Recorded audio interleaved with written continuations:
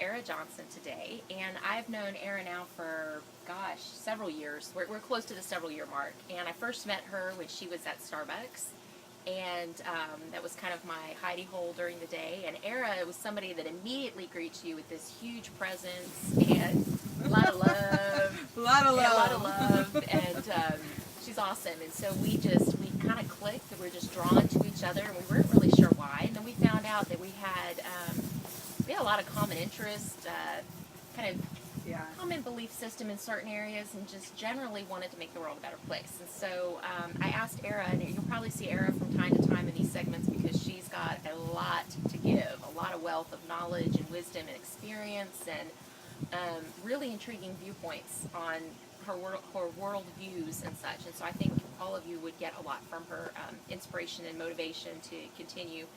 I'm going to let Arah share a little bit about her story. She is a single mom raising two very energetic little kids who are also amazing and brilliant, to say the least. But Arah has definitely found a passion in life to give back to other people and to serve them, and that's come from different places. I think definitely part of who you are, I think you'd say. And then beyond that, just some life experiences that have kind of propelled her to the right direction. So this is just a casual conversation. I hope you're blessed by it, despite the breeze. You can enjoy the breeze with us and our coffee.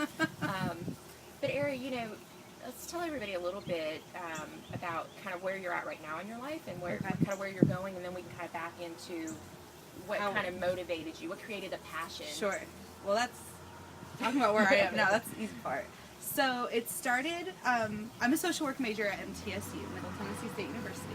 I graduate December 14th, 2013 with a bachelor's degree in social work. That's awesome, by the way. It's a big accomplishment. It's huge accomplishment. Taken a long time to get here, a lot of tears, a lot of uncertainty. Yeah. But it's definitely my passion. It's where my heart is. I love people, and I love helping them. Yeah. So social work is a logical choice for me.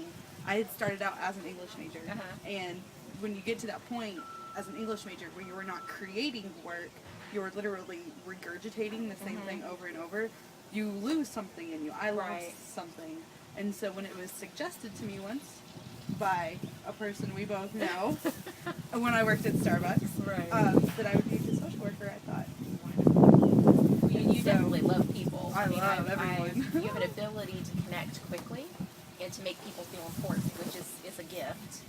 And I don't know, I just love them. I don't ever, thank you for saying it's a gift. I don't ever think about it as a gift. I just think, I'm nosy and I like to say hi. I'm very talkative and I'm going to ask you a lot of questions. Well, there's a big difference, though, so people understand the nosy piece. There's a big difference between being nosy to gossip or to, kind of pick people apart versus just a genuine interest to what makes people tick or... Yes, and I never, I don't ever like to come across as someone who's just going to be a gossip queen. I'm just really curious about everybody on a very kind of equal level. Like, I want to know where you came from, what you're like, how you got there, how you feel about that, where are you? Is it a good place for you? That kind of stuff. I'm very interested in that. With pretty much everybody. So have you known, is there a part of you that you think is just really known at your core that you always wanted to work with people? Even when I was in high school, I was part of a group called Key Club International. Key Club is a high school derivative of the adult group Kiwanis Club. And I loved Key Club. Ever since then, I was very service-oriented. I used to want to be a teacher growing up, and me too. It was so crazy. Except I found out I would have been terrible. I know. I don't think I would be a very good teacher. No. At least not in the environment. Yes, and at least not in the environment that is structured. Correct. Kind of through our education system. That doesn't really work well for me teaching other people. But ever since then, I was doing service stuff then. I loved it. It was great. Now, you shared this with me before, but you said there was something your mom used to tell you every day. Yes, okay. When you were younger on your way to school, that really has stuck with you. It's I don't think she ever realized that I was going to take it literally. I think maybe she kind of hoped I would. Right. And then I did, and I think a lot of times she's really shocked by the fact that I did. So when my mom used to take me to school when I was a little girl, she would drop me off in the morning and she would say, "Go make a difference." And I would say, Okay, and I can remember being a little kid thinking, how in the world am I going to make a difference? I am a little kid in a very large place. Yeah.